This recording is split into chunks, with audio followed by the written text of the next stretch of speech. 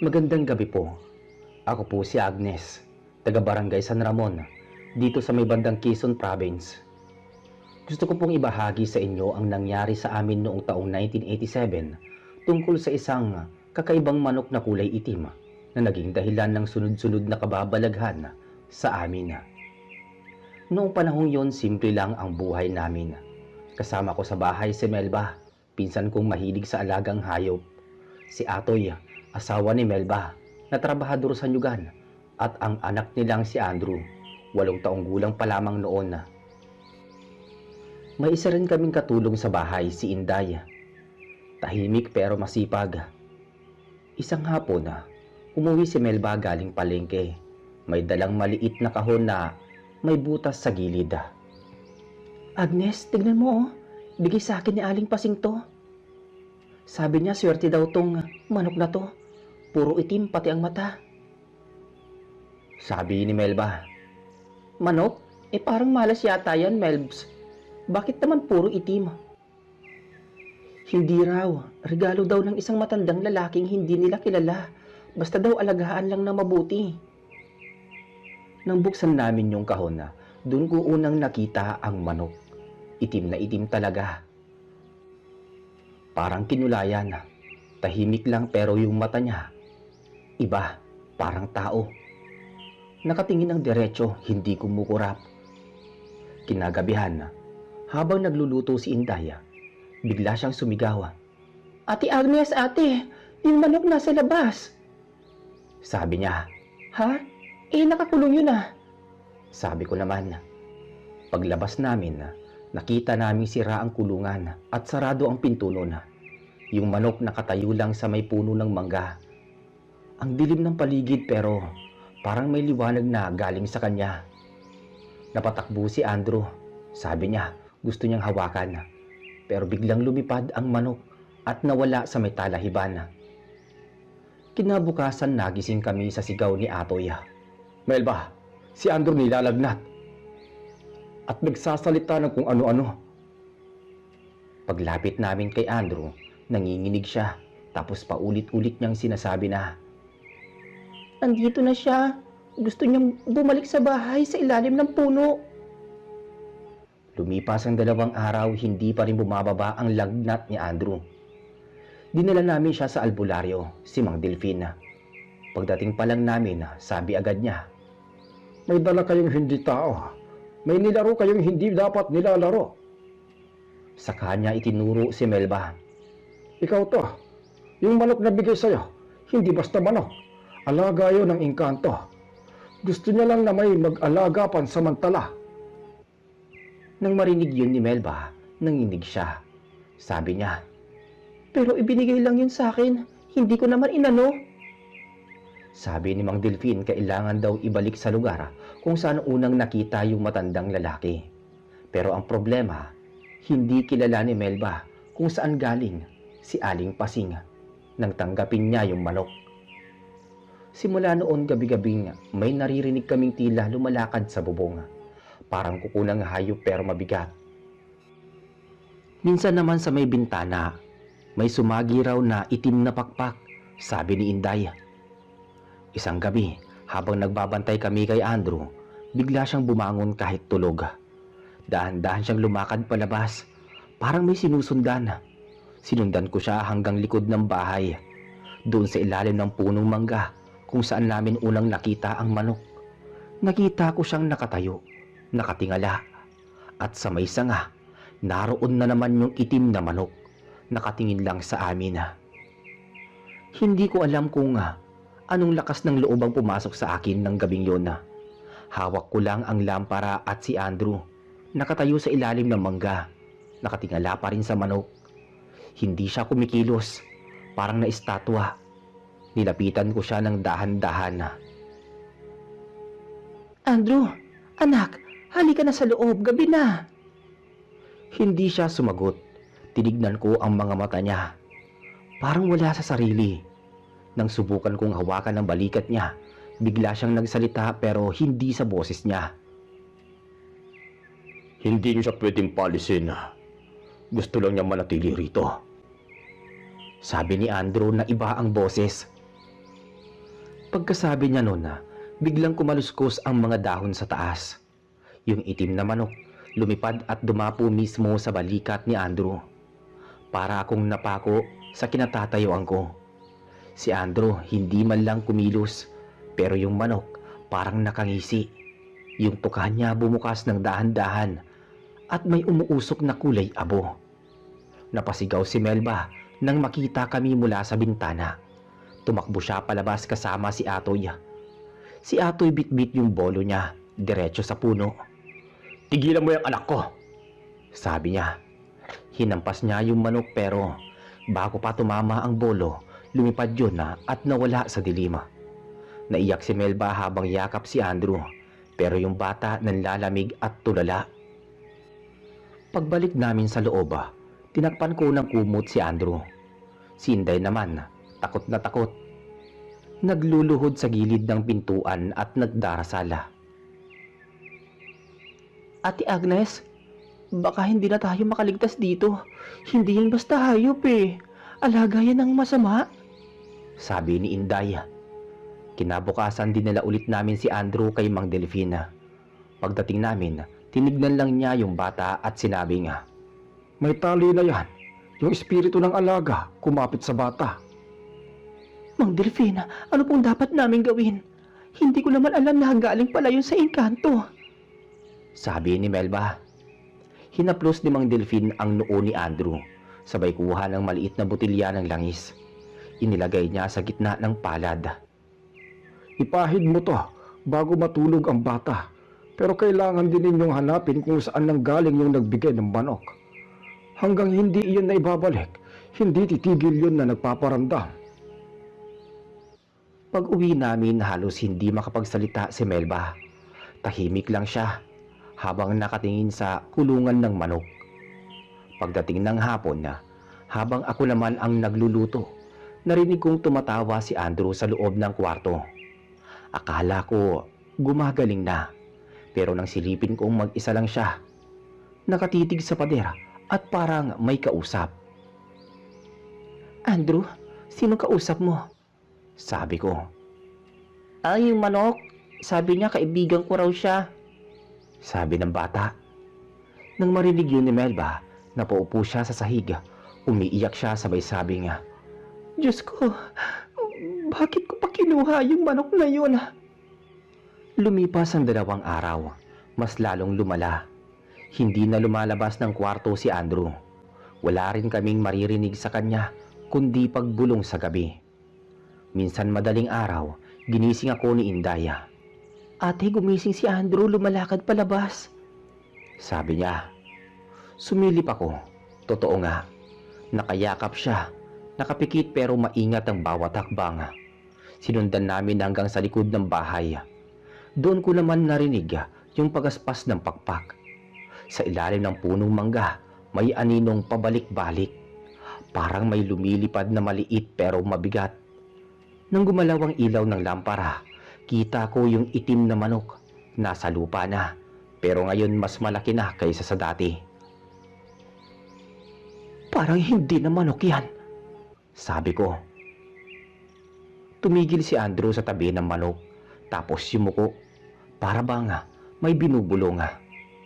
Napasigaw ako nang biglang tumingala si Andrew, at sa loob ng ilang segundo, yung manok parang nalusaw, naging usok na pumasok sa bibig ng bata. Si Melba nang marinig ang sigaw namin tumakbo palabas. Nakita niya ang nangyari at bigla siyang nawalan ng malay. Si Atoy sumugod at buhat-buhat si Andrew papasok.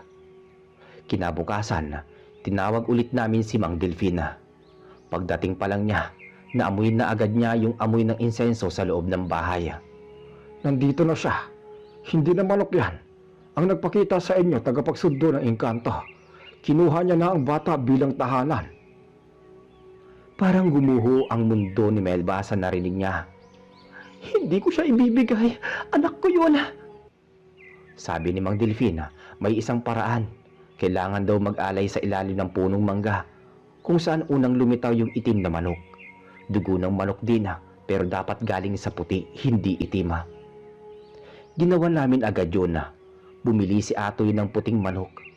Kinagabihan, 12:00 lumabas kami. Si Mang Delfin bitbit ang kandila at dahon ng saging na may asin. Pag narinig mo siyang tumawa, huwag kayong tatakbo. Pinatay niya ang manok at tumulo ang dugo sa lupa. Biglang lumamig ang paligid. May umihip na hangin na parang may kasamang bulong. Hindi pa tapos. Sa akin siya. Lumingon si Inday pero sinigawan siya ni Mang Delfin. Huwag kang titingin. Baka sumama ka. Sa gitna ng dilim, may aninong lumitaw. Hugis tao pero walang muka. Puro itim lang. Nakayuko ito sa lupa. Parang sinusundot yung dugo. Si Andrew naman nakatayo sa gilid. Biglang napapasigaw. Mama, Papa, masakit, ayoko na. Sabi ng bata. Napahagulgul si Melba. Si Atoy pinigilan siyang lumapit. Habang nagsasagawa ng dasal si Mang Delfin, lumakas naman ang hangin hanggang sa mapundi ang kandila. Tanging ilaw na lang ng buwan ang naiwan. Pagmulat namin wala na yung anino. Pero si Andrew nakahiga sa lupa, walang malay. Pakalipas ang ilang oras, nagising siya. Pero iba na yung tingin niya. Tahimik lang siya, hindi umiimik. Nang tanungin ni Melba kung kamusta na siya, ngumiti lang siya ng malamig. Hindi siya galit, Mama, pero babalik daw siya. Sabi ni Andrew. Simula noon bawat gabi ng Biyernes, naririnig namin may tumutuka sa dingding. Minsan may mga balahibong itim na nahuhulog sa may bintana. Sinunog na ni Atoy ang kulungan, pero kahit ganon, hindi pa rin tumitigil yung mga kakaibang ingay. Hanggang isang gabi, nawala si Andrew sa higaan niya. Sa pintuan ng likod, may bakas ng paa na parang putik. Sinundan namin ni Atoy at humantong kami sa ilalim ng punong mangga. Doon nakaupo si Andrew, nakangiti. Sabi ko naman sa inyo, babalik siya, di ba? Sabi ng bata. At sa likod niya, may bagong manok. Itim, mas maitim pa sa unang nakita namin. Nakatitig sa amin parang nakangisi rin. Matapos namin makita ulit ang itim na manok, parang nanlamig ang paligid. Hindi gumagalaw si Andrew, pero yung mga mata niya parang hindi na kanya. May kakaibang liwanag, maputi na parang buwan. Nakatitig lang siya sa amin ni Atoy, habang yung manok tahimik na nakadapo sa lupa, parang nag-aabang. Andrew anak, halika na rito. Halika na kay tatay. Hindi na ako si Andrew, Tay. Sagot ng bata. Nang marinig namin yon para akong pinagsakluban ng langit at lupa. Si Melba biglang napasigaw sabay lapit kay Andrew. Pero bago pa siya maabot, gumalaw yung manok. Lumipad ito at tinamaan si Melba ng pakpak sa muka at sabay nawala sa hangin. Nang bumagsak si Melba, hinimatay siya. Agad ko siyang nilapitan habang si Atoy naman kinuha si Andrew. Pero parang may lakas na hindi niya kayang gawin. Sinubukan niyang buhatin pero para bang may humihila sa bata pabalik sa lupa. Tulungan mo ako, Agnes. Parang mabigat siya. Sabi ni Atoy. Pinilit naming buhatin si Andrew papasok sa bahay. Pagpasok namin, biglang bumigat ang hangin. Lahat ng lampara namatay ng sabay-sabay. Ang narinig na lang namin ay mahinang pagtilaok ng manok mula sa labas. Hindi isa kundi 2, 3, hanggang sa parang napapalibutan na kami ng tunog. Si Inday nakaluhod sa harap ng altar. Paulit-ulit ang dasal. Nanginginig ang mga kamay. Ate Agnes, parang hindi na totoo itong nangyayari. Parang may naninirahan na dito sa bahay. Sabi ni Inday. Si Andrew tahimik sa sahig pero bigla siyang umubo. Nang tignan namin may lumabas na itim na balahibo sa bibig niya. Tumakbo ako papunta kay Mang Delfin noon. Halos hindi ko alam kung papaano ako nakarating. Pagbalik namin dala ni Mang Delfin ang isang maliit na bote ng langis at abo. Sabi ko na nga ba, hanggat hindi na ibabalik yung unang manok, babalik yan ang babalik. Alam ng engkanto kung kanino niya gustong manatili. Paano namin ibabalik yun, Mang Delfin? Wala na nga kaming alam kung saan nanggaling. Alam niyo kung saan nakita ni Melba yung matandang nagbigay ng kahon? Doon dapat magsimula. Pagkagising ni Melba, kinabukasan, bagsak na bagsak siya pero pinilit pa rin niyang maalala. Naalala ko, doon sa may lumang sementeryo sa kanto, bago pumasok ng bundok, nandoon si Aling Pasing, kasama niya yung matandang lalaki. Nakaupo lang sa ilalim ng puno ng santola. Sabi ni Melba. Nagpa siya si Atoy na pumunta doon na kinahapunan. Sumama ako pati si Mang Delfina. Iniwan namin si Melba at si Andrew. Habang papunta kami, makulimlim na ang langit. Parang may paparating na ulan. Pagdating namin sa may sementeryo, totoo nga, tahimik, puro damo at may lumang punong santol sa gitna. Sa ilalim nito may nakatirik na maliit na krus na gawa sa kahoy. Walang pangalan. Dito nang galing. Dito rin ninyo ibabalik. Nagtayo siya ng maliit na bilog gamit ang asina at inilagay sa gitna ang isang puting panyo na may butil ng bigas at langis. Sabihin ninyo sa kanya na wala na kayong masamang intensyon at ibinabalik na ninyo kung ano ang hindi sa inyo. Tahimik kami sandali hanggang sa biglang umihip ang hangin. Pati mga dahon ng santol nagkagulo-gulo. May amoy na parang nasusunog na balahibo. Narinig namin ang tilaok. Malapit pero wala kaming nakikita. Mang Delfin, nasa paligid siya, no? Oo, pero huwag kang titingin sa mga anino. Maya-maya may dumaan sa likod namin. Pabilis parang hangin na may kasamang yabag. Nang tumingin ako sa gilid, may nakita akong aninong nakayuko sa lupa. Parang tao pero payat. Mahaba ang mga daliri. Pagkatapos ng ilang segundo, bigla itong nawala. Umalis na. Tanggap niya na ang alay. Pero baka hindi siya tuluyang lumisan. Pagbalik namin sa bahay, sinalubong kami ni Inday umiiyak. Ate Agnes, si Andrew, umalis, hindi namin alam kung saan nagpunta.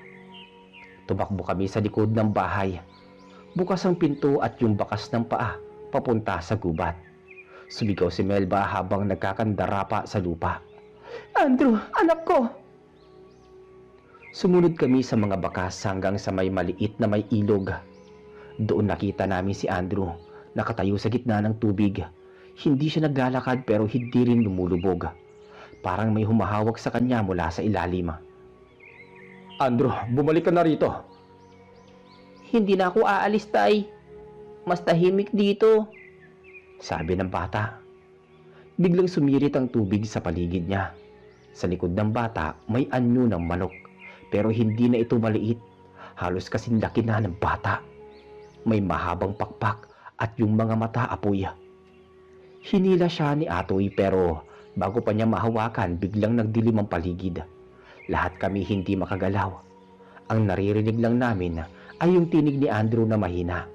Parang galing sa ilalim na ng tubig. Babalik ako, Mama, kapag kinuha nyo na ulit ang hindi sa inyo. At sa isang kisap mata lumiwanag ulit. Wala na si Andrew. Wala na rin yung itim na manok. Ang naiwan lang yung lumang kahon na pinaglagyan ng manok noon.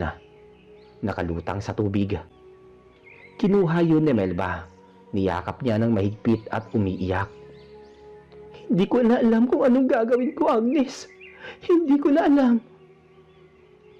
Pag uwi namin, parang wala sa sarili si Melba. Laging tahimik. Nakaupo lang sa may bintana, hawak yung kahon. Si Atoy naman palaging nasa labas. Ayaw pumasok sa bahay ng gabi. Si Inday, ilang araw lang ay umalis na rin. Sabi niya hindi na raw niya kaya ang mga nagaganap. Lumipas ang 2 linggo. Isang gabing nagwawalis ako sa kusina noon. Narinig kong tumawa si Melba. Mahina lang pero sunod-sunod. Pagtingin ko, hawak niya ang kahon, nakabukas. Melba, anong ginagawa mo? Sabi ko. Sabi niya, babalik siya kapag handa na kami. Sabi ni Melba. At bago ko pa siya malapitan may narinig akong tilaok mula sa loob ng kahon. Mahina pero malinaw. Gabi-gabi na may naririnig akong tumatawa. Si Melba, hindi yun normal na tawa, parang halong iyak at halakhak na mahina. Paikot-ikot. Ang lamig ng hangin sa labas pero mas malamig sa loob ng bahay. Lumapit ako sa kanya. Hawak pa rin niya yung lumang kahon. Nakabukas to at mula sa loob, may mahina talagang tunog ng tilaok. Melba, isara mo na yan. Baka bumalik na naman yung manok. Sabi ko, Hindi siya manok, Agnes. Anak ko yan. Naririnig ko boses ni Andrew. Sabi niya, dito na siya nakatira. halos mapahawak ako sa dibdib ko sa takot. Nakita ko kasi na yung loob ng kahon may gumagalaw. Parang balahibo na kumikintab sa ilaw ng lampara. Nagtangka akong lapitan si Melba pero bigla niyang sinara ng malakas yung kahon at nilagay sa ilalim ng paradora. Kinabukasan na, tahimik ang buong araw. Si Atoy halata ring puyat. Sabi niya, hindi raw siya nakatulog kasi may kumakaluskos daw sa may bubong buong gabi. Akala niya pusa pero nang tumingin siya wala naman. Ang nakita lang niya ay mga bakas ng paa ng manok sa alulod. Hindi ko na alam, Agnes. Parang hindi na normal tong bahay na to. Baka kailangan nating umalis muna rito. Dalhin mo si Melba sa nanay mo sa kabilang baryo. Ayaw niyang umalis. Sabi niya baka bumalik si Andrew kapag nawala siya rito. Pagdating naman ng gabi, narinig namin na naman yung tilaok. Pero ngayon mas malakas na. Hindi lang isa, parang marami. Tumayo ang mga balahibo ko. Tumigil si Atoy sa pag-inom ng kape at sabay kaming lumabas. Ang dilim sa labas, pero kita namin sa ilalim ng puno ng mangga. May liwanag. Hindi yun lampara. Parang liwanag na puti na umiikot. At sa gitna nun may itim na manok. Nakatayo, nakatingin sa bahay namin. Tapos bigla itong lumilipad. Dumapo sa bintana ng kwarto ni Melba. Tumakbo kami pabalik sa loob. Si Melba nakatayo sa harap ng bintana, nakangiti. Sabi ko na nga ba, babalik siya. Tignan mo. Wika niya. Pagtingin namin may mga bakas ng paa ng manok sa labas ng bintana. Pero walang manok. Yung bakas, dahan-dahang lumipat parang naglalakad papasok. Hanggang sa marinig namin parang may kumakaluskos sa ilalim ng kama. Si Atoy hinila si Melba papalayo. Ako naman lumapit ng dahan-dahan. May dalang lampara. Nang ilapit ko yung ilaw, nakita ko yung kahon gumagalaw. Parang may kumakaskas sa loob. Dahan-dahan kong binuksan yun. Pagbukas ko, walang laman. Pero paglingon ko kay Melba, nakatingin siya sa akin. Nanlilisik ang mga mata. Bakit mo binuksan? Tulog siya, ginising mo siya. Sabi niya. Bigla niyang sinampal yung lampara sa kamay ko, kaya't nagkalat ang apoy sa sahig. Sumigaw si Atoy sabay buhos ng tubig. Amoy sunog ang paligid. Pagkatapos nun, umalis ako sa bahay nila at tumuloy muna kay Aling Perla sa kabilang kalye. Hindi ko na kinaya ang takot. Kinabukasan pumunta ulit ako sa kanila. Sarado ang bahay. Walang tao sa labas. Tinawag ko si Melba at si Atoy. Pero walang sumasagot. Nang tignan ko sa bintana, nakita ko nga nakaupo si Melba sa may sahig. Nakaharap sa dingding. Wala si Atoy. Pumasok ako. Dahan-dahan. Ang amoy ng bahay parang bulok na karne. Nilapitan ko siya. Melba, nasaan si Atoy? Tanong ko. Hindi siya sumagot. Nakatingin lang siya sa dingding. Tumingin ako sa harap niya. Nakita ko yung kahon. Bukas na naman. At sa loob nito, may maliit na manok na itim. Pero yung manok hindi ordinaryo. May mata ni Andrew. Yung mismong mata ng bata. Yung puti, yung itim. Hindi ako nagkakamali. Melba, anong ginagawa mo? Tanong ko muli. Hindi ko siya ginawa. Siya ang bumalik sa akin. Sabi ni Melba. Napatakbo ako palabas. Halos madapa ako sa pinto. Sa labas nakita ko si Atoy nakaupo siya sa may puno ng mangga. Nakatingin sa malayo. Nilapitan ko siya. Nanginginig pa ako. Atoy, nasa loob si Melba. Nandun ulit yung manok. Alam ko, kagabi pa siya bumalik. Sinusubukan kong sunugin yung kahon pero hindi nasusunog. At yung manok, lumalabas sa apoy, buhay pa rin. Sabi ni Atoy. Habang nag-uusap kami, may narinig kaming mahina na naman. Tilaok yun pero ngayon galing na mismo sa puno ng mangga. Nang tingnan namin, may nakasabit sa sanga. 3 manok na itim, nakatingin pababa sabay-sabay. Biglang bumuka ang isa at may lumabas na boses, hindi tilaok, boses ng bata. Tatay, gusto kong umuwi. Napatras si Atoy, halos hindi makagalaw. Andrew? Sabi niya. Bumaba yung isa sa mga manok, dumapo sa balikat niya. Hindi niya tinanggal. Parang nawala siya sa kanyang sarili. Nang tignan ko siya, yung mata niya nangitim. Dahan-dahan siyang bumalik sa akin. Hindi siya umalis, Agnes. Nandito siya. Sabi ni Atoy. Tumakbo ako pabalik sa bahay. Tinangka kong isama si Melba palabas. Pero pagpasok ko, wala na siya sa dati niyang pwesto. Bukas na naman yung bintana. At sa may sahig, may mga bakas ng paa ng manok. Paikot-ikot. May mga patak din ng dugo. Papunta yun sa labas.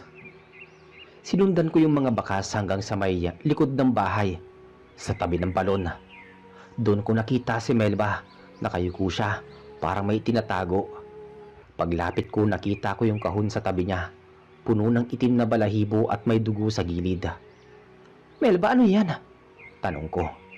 Sabi niya, kailangan ko raw siyang alagaan ng tuluyan kasi ako raw ang pumili sa kanya noong una. Sabi ni Melba. Napatigil ako. Sa mismong sandaling yon, narinig ko nga may kaluskos sa loob ng balon. May gumagalaw sa ilalim. Maya-maya, lumitaw ang ulo ng manok. Pero hindi basta ulo, may muka ng bata. At yung boses ni Andrew nagsalita ulit. Mama, ang sakit dito sa ilalim.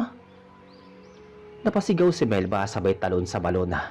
Sinubukan kong pigilan pero hindi ko na siya naabutan. Si Atoy tumakbo rin pero huli na. Naramdaman naming pareho yung pag-alog ng lupa pagkatapos ng katahimikan. Nang sumilip kami sa loob ng balon, wala na. Walang katawan, walang tubig. Parang tuyong hukay lang. Pero sa pinakailalim, may kumikintab. Isang itim na balahibo. Umiikot-ikot na parang humihinga. Kinabukasan, dumating si Mang Delfin. Sinabi namin lahat. Hindi sila basta nawala. Kinuha sila ng alaga. Ang mga taong kumukuha ng bigay ng engkanto, nagiging bahagi ng mundo nila kapag bumalik ang alay. Binalot niya ng asin at dahon ng saging yung kahon, saka inilibing sa ilalim ng punong mangga. Pagkatapos nun, tahimik na ulit ang paligid. Wala nang tilaok, wala na ring mga bakas ng manok. Pero isang gabi, ilang linggo matapos yun, habang naglalakad ako pa uwi, narinig ko ulit yung tunog. Mahina lang, isang tilaok. Paglingon ko sa gilid ng daan, may isang maliit na itim na manok. Nakatitig sa akin, hindi kumukurap. At ang mga mata niya ang nagpatindig sa akin. Nakita ko ang mata ni Andrew.